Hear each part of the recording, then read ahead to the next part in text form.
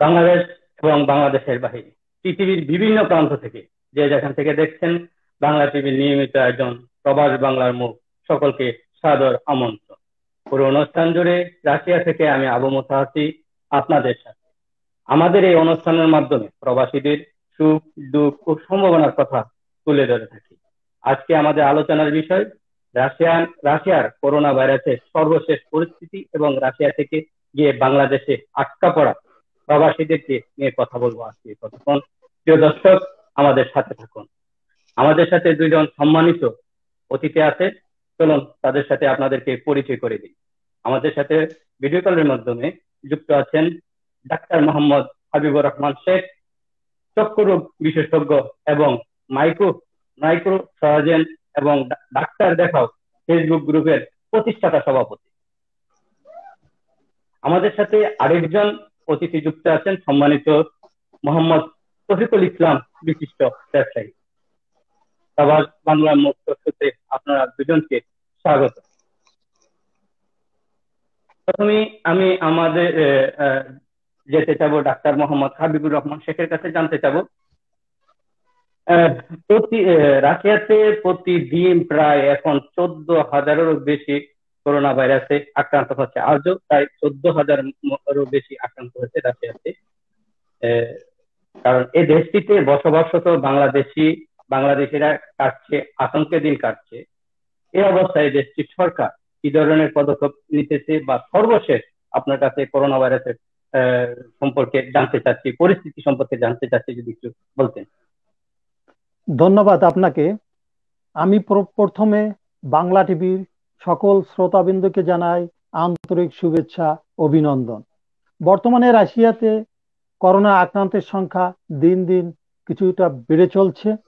আগে যেখানে আক্রান্ত হতো 4-5 হাজার, সেখানে এখন দেখা যাচ্ছে আজকে আক্রান্ত হয়েছে 14,231 জন, এবং মৃত্যুর হার কিছুটা হলেও বেশি, কারণ আজকে মৃত্যুবরণ করেছে 239 জন। তবে কয়েকদিন হলো রাশিয়া সহ বিশ্বের বিভিন্ন দেশে এই আক্রান্তের সংখ্যা বেড়েই চলছে। সবাই মনে করে যে দ্বিতীয় পিক হয়তো শুরু হয়ে গেছে। এটা প্রধান কারণ হিসাবে আমি যেটা মনে করব সেটা হলো আবহাওয়া চেঞ্জের জন্য। কারণ আপনারা জানেন যে এখন সব দেশেই বা রাশিয়াতে এখন ঠান্ডা পড়ে যাচ্ছে। প্রতি বছর এই সময় ইনফ্লুয়েঞ্জা জ্বরের প্রকোপ কিন্তু বেড়ে যায়। এদের সিমটম এবং করোনা ভাইরাসের সিমটম কিন্তু একই। স্কুল, কলেজ এবং ইউনিভার্সিটি সব খুলে দেওয়ার জন্য এবং সব শপিং মহল খুলে দেওয়ার জন্য এই আক্রান্তের সংখ্যা হয়তো বেড়ে গেছে। আর একটা প্রধান কারণ হিসেবে যেটা আমি মনে করি সেটা হচ্ছে এখানে যথেষ্ট পরিমাণ করোনা ভাইরাসে চেক করা হচ্ছে। যেসব কোম্পানিতে যে সমস্ত লোক কাজ করতেছে তাদেরকে বাধ্যতামূলক সবাইকে কিন্তু করোনা ভাইরাসের টেস্ট করা হচ্ছে, এবং সেখানে দেখা যাচ্ছে যে অনেক লোক ধরা পড়তেছে করোনা ভাইরাস যাদের কোনো সিমটম ছিল না। আরেকটা কারণ যেটা হচ্ছে এখানে যে ভ্যাকসিন দেওয়া হচ্ছে, সেই ভ্যাকসিনটা কিন্তু দেওয়ার আগে সবাইকে টেস্ট করা হচ্ছে। টেস্ট করার পরে তাদের অ্যান্টিবডি আছে কিনা, তারপর তাদেরকে ভ্যাকসিন দেওয়া হচ্ছে। এইসব কারণের জন্য এখানে আক্রান্তের সংখ্যা বেড়ে যাচ্ছে। তবে মৃত্যুর সংখ্যা তুলনামূলকভাবে অন্য দেশের চেয়ে অনেক কম। রাশিয়ান সরকার এই আগের থেকে কিন্তু এটা হুঁশিয়ারি করে দিয়েছে এবং তারা কিছু ব্যবস্থা নিয়েছে, যেটা হলো ট্রান্সপোর্টে যদি কেউ যেতে চান তাহলে সবাইকে অবশ্যই মাস্ক ব্যবহার করতে হবে। যদি কেউ মাস্ক ব্যবহার না করে ট্রান্সপোর্টে যান, মেট্রোতে যান, তাহলে আপনাদেরকে 5,000 টাকা করে জরিমানা করা হচ্ছে। শপিং মহলে বা যে কোনো অফিসে যারা কাজ করছেন তারা যদি মাস্ক ব্যবহার না করেন, তাদেরকে সেই কোম্পানিকে সেই অফিসে কিন্তু জরিমানা করার ব্যবস্থা রাখা হয়েছে। তারপরে জনগণ যদি কোনো জায়গায় কোনো দোকানে যায়, তারা যদি মাস্ক না ব্যবহার করে তাদেরকে ঢুকতে দেবে না, অথবা যদি ওই অফিসে বা ওই দোকানের লোক তাদের কাছে কিছু বিক্রি করে, তাহলে তাদেরকেও জরিমানার ব্যবস্থা করা হয়েছে। আর একটা জিনিস যেটা করা হয়েছে সেটা হচ্ছে 65 বছরের বয়সের উপরে যারা লোক আছে, তারা যদি সরকারি চাকরি করে, তাদেরকে মেডিকেল দিয়ে ঘরে পাঠিয়ে দেওয়া হয়েছে, যে তাদেরকে বাইরে ঘোরাফেরা না করার জন্য। আরেকটা জিনিস যেটা করেছে সেটা হচ্ছে 65 বছর বয়সে যারা বেশি এবং ছাত্রীরা যাদেরকে ফ্রি মেডিকেল কার্ড দেওয়া, মেডিকেল মেডিকেল নট মেডিকেল যাদেরকে কার্ড দেওয়া হতো, ট্রান্সপোর্ট কার্ড, এই কার্ডগুলো কিন্তু বন্ধ করে দেওয়া হয়েছে যাতে তারা ঘোরাফেরা বেশি না করতে পারে। স্কুল 5 তারিখ থেকে 18 তারিখ পর্যন্ত স্কুল কলেজ বন্ধ করে দেওয়া হয়েছে এবং ইতিমধ্যে দেখা গেছে যে কিছু কিছু স্কুলে অলরেডি অনলাইনে ক্লাস শুরু করেছে। এবং আপনারা জানবেন যে এখানে বেশিরভাগ লোককে ইনফ্লুয়েঞ্জা ভ্যাকসিন দেওয়া হচ্ছে, প্রায় সব লোককেই। যতদিন পর্যন্ত না এই ভ্যাকসিন আবিষ্কার পুরোপুরি না হবে ততদিন আমাদের এই মাস্ক এবং হ্যান্ড গ্লাভস ব্যবহার করতে হবে এবং সোশ্যাল ডিস্টেন্স মেনে। রাশিয়ার করোনা ভাইরাসের ভ্যাকসিন স্পুটনিক 5 সর্বশেষ আপডেটে যেটা দেখা যাচ্ছে সেটা হচ্ছে নিবন্ধনের পর রাশিয়া সহ বিশ্বের বিভিন্ন দেশে 40,000 স্বেচ্ছাসেবককে এই ভ্যাকসিনটি দেওয়া হচ্ছে। ইতিমধ্যে রাশিয়াতে অনেক ভলেন্টিয়ার সরি অনেক ভলেন্টিয়ার অলরেডি এই ভ্যাকসিনটির প্রথম ডোজ দেওয়া হয়েছে। 21 দিন পরে তাদেরকে দ্বিতীয় ডোজ দেওয়া হবে। আমি অনেকের সাথে আলাপ করেছি, তারা বলেছে আমাদের তেমন কোনো পার্শ্ব প্রতিক্রিয়া দেখা যাচ্ছে না, তবে গা ব্যথা, মাথা ব্যথা বা যেখানে ইনজেকশন দেওয়া হয়েছিল সেখানে ব্যথা, এই সব সিমটম গুলো দেখা যাচ্ছে। আপনারা জানেন যে যে 40,000 ভ্যাকসিন দেওয়া হবে তার ভিতরে 30,000 দেওয়া হচ্ছে অরিজিনাল ভ্যাকসিন, আর যে 10,000 এটাকে দেওয়া হচ্ছে প্লাসিবো, অর্থাৎ তাদেরকে দেওয়া হচ্ছে এই কারণেই যে যাতে সুষ্ঠুভাবে সুন্দরভাবে একটা রেজাল্ট পাওয়া যায়। কারণ কেউ হয়তো বলতে পারে যে আমার এই ভ্যাকসিন নেওয়ার পরে বিভিন্ন ধরনের সিমটম দেখা দিয়েছে, পার্শ্ব প্রতিক্রিয়া দেখা দিয়েছে, কিন্তু সে জানবে না বা কোনো ডাক্তারই জানে না, শুধু জানে যারা আবিষ্কার করছে তারাই, যে কাদেরকে কোন ভ্যাকসিন দেওয়া হয়েছে, অরিজিনালটা দেওয়া হয়েছে না প্লাসিবো দেওয়া হয়েছে। তারপর কিভাবে এই ভ্যাকসিন গুলো এখন দেওয়া হচ্ছে, আপনারা যারা চাবেন বা তাদেরকে অনলাইনে একটা সাইট দেওয়া আছে, সেই অনলাইনে অ্যাপ্লিকেশন করতে হবে। অ্যাপ্লিকেশন করার পরে আপনাদেরকে ক্লিনিকে ডাকা হবে। ক্লিনিকে ডাকার পরে আপনার রক্ত, প্রস্রাব এবং করোনা ভাইরাসের টেস্ট করা হবে, দেখা হবে আপনার করোনা ভাইরাসে আক্রান্ত কিনা অথবা আপনাদের অ্যান্টিবডি আছে কিনা। এইগুলো দেখার বা কোনো ইনফেকশন আছে কিনা এইগুলো দেখার পরে আপনাদেরকে একটা ফর্ম দিবে। ফর্ম ফিল আপ করার পরে সেখানে সবকিছু লেখা থাকবে, সেখানে সিগনেচার করতে হবে। সেখানে কিন্তু লাইফ ইন্স্যুরেন্স দেওয়া আছে এবং আপনার যদি কোনো সাইড ইনফেকশন হয় অথবা সমস্যা হয় সেখানে কিন্তু ক্ষতিপূরণের ব্যবস্থা আছে। এদেরকে কিন্তু 6 মাস ধরে পরীক্ষা নিরীক্ষা করা হবে এবং তাদেরকে একটা অনলাইনে কোড দেওয়া হচ্ছে। প্রতিদিন যদি কোনো তার সমস্যা হয়, তার টেম্পারেচার কত, কোনো সাইড ইফেক্ট হচ্ছে কিনা, কোনো সমস্যা হচ্ছে না কিনা, তারা সেখানে লিখবে এবং ডাক্তার যদি দেখে যে তার কোনো সমস্যা হচ্ছে সাথে সাথে ডাক্তার সেখানে চলে আসবে। এইভাবে যদি এই শেষ এটা ধাপটা ট্রায়ালের উত্তীর্ণ হয় তাহলে দেখা যাবে যে করোনা ভাইরাসে এই ভ্যাকসিনটি, রাশিয়ান ভ্যাকসিনটিকে, স্পুটনিক 5 ভ্যাকসিনটি হবে সবচেয়ে শক্তিশালী ভ্যাকসিন। আমরা তাহলে বলতে পারবো। আমি দেখে নিয়ে আবার আপনার কাছে আসবো।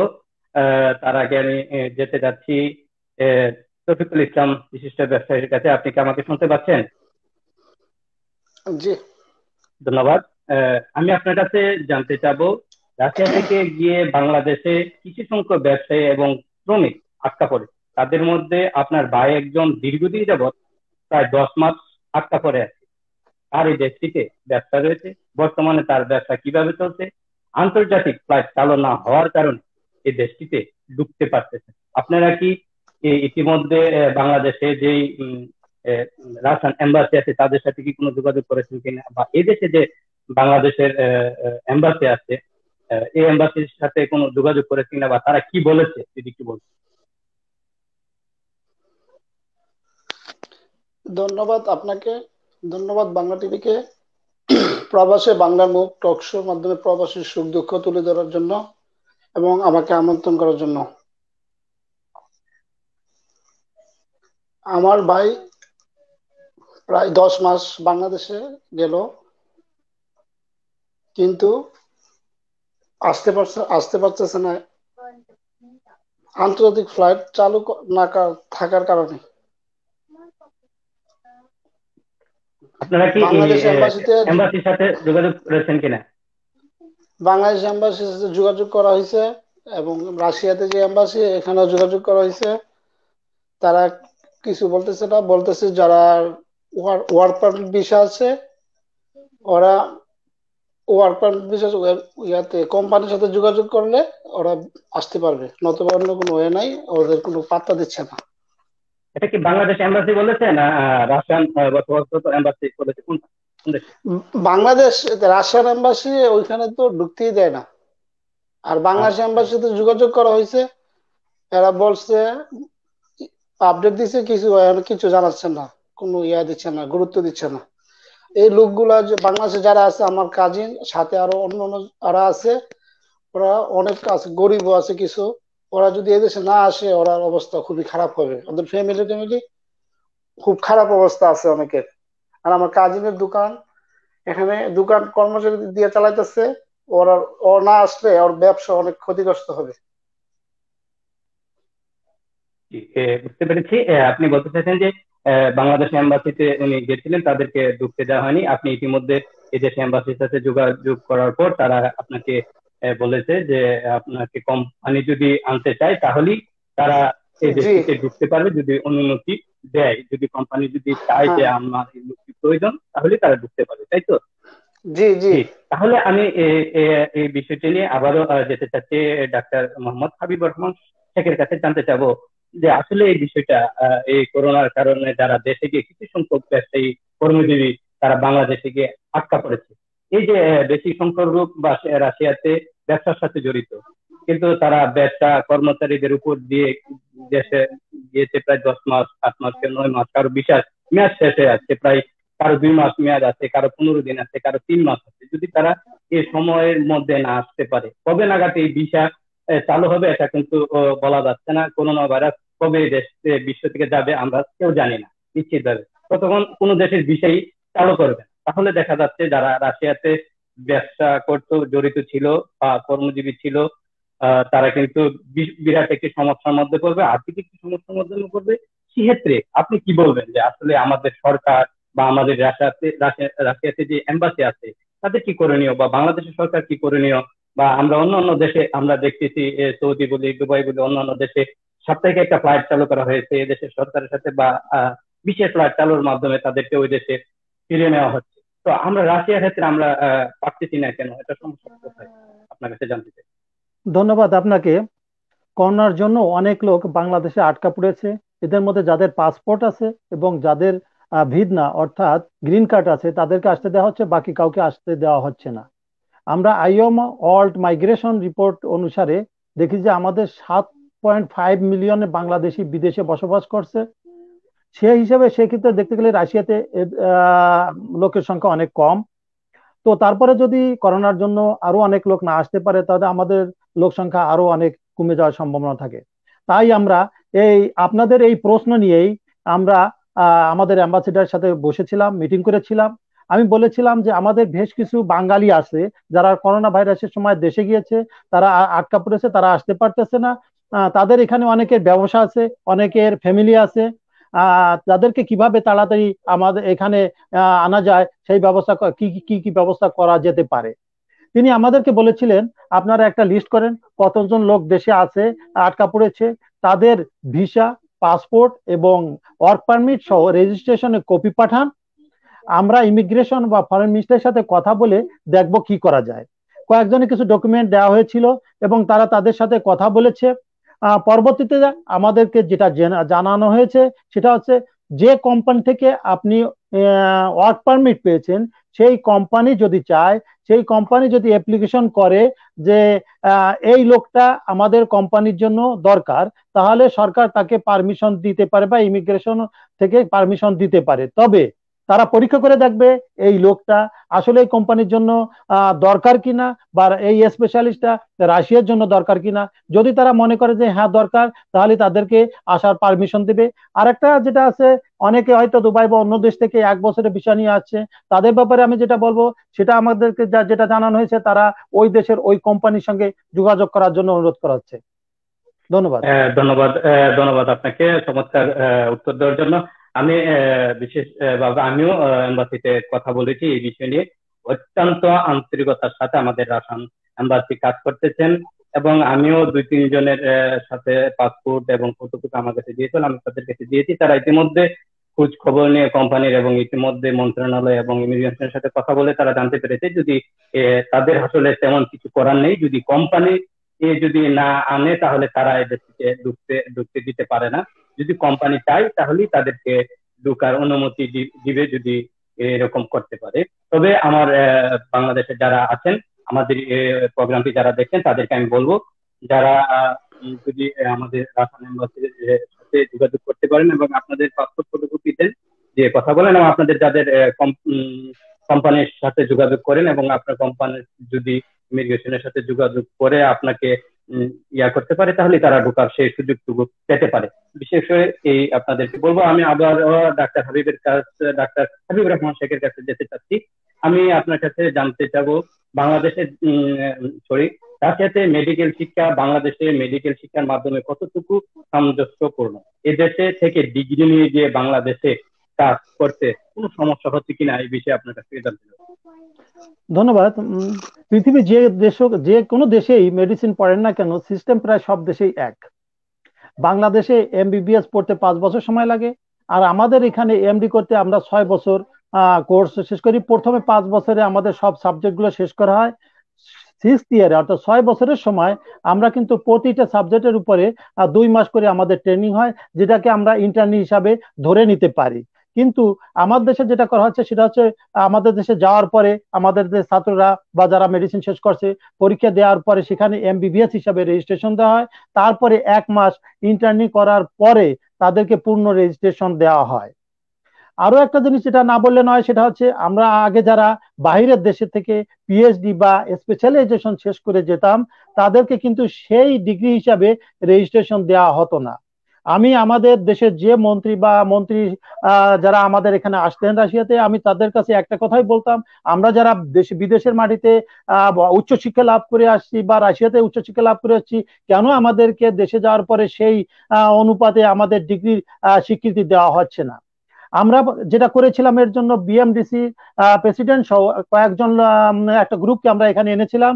আমরা বেশ কয়েকটা হসপিটালে আমাদের অপারেশন থিয়েটারে তাদেরকে নিয়েছিলাম।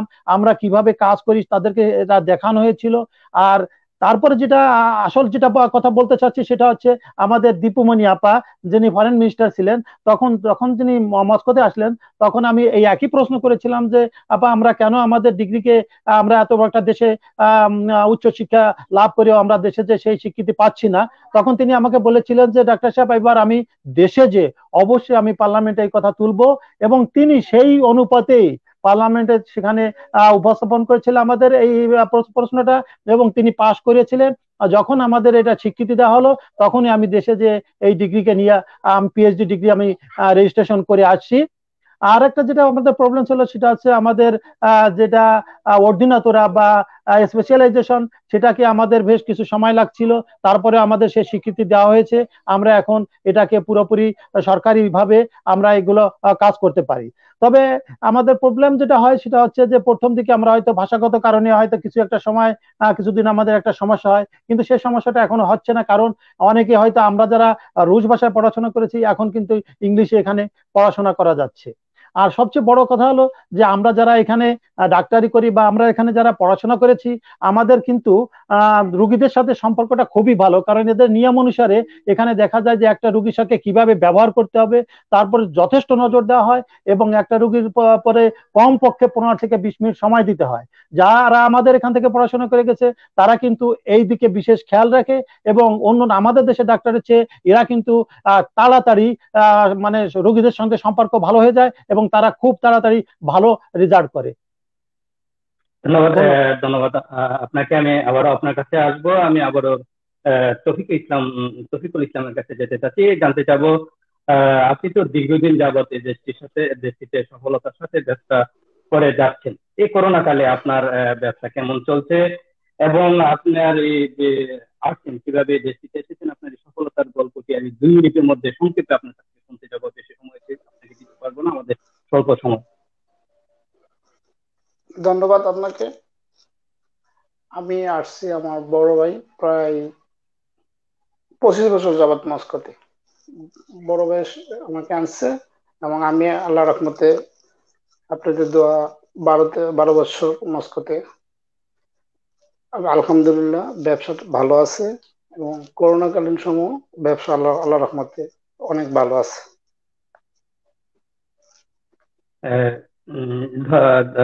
ধন্যবাদ আপনাকে। আর আমি আবারও যেতে যাচ্ছি ডাক্তার হাবিবুর রহমান শেখের কাছে। আমি আপনার কাছে জানতে চাইবো যে রাশিয়াতে মেডিকেল পড়ার সিস্টেম কেমন, এবং পড়াশোনা শেষ করে রাশিয়া সরকার কত ধরনের ডিগ্রি দিয়ে থাকে।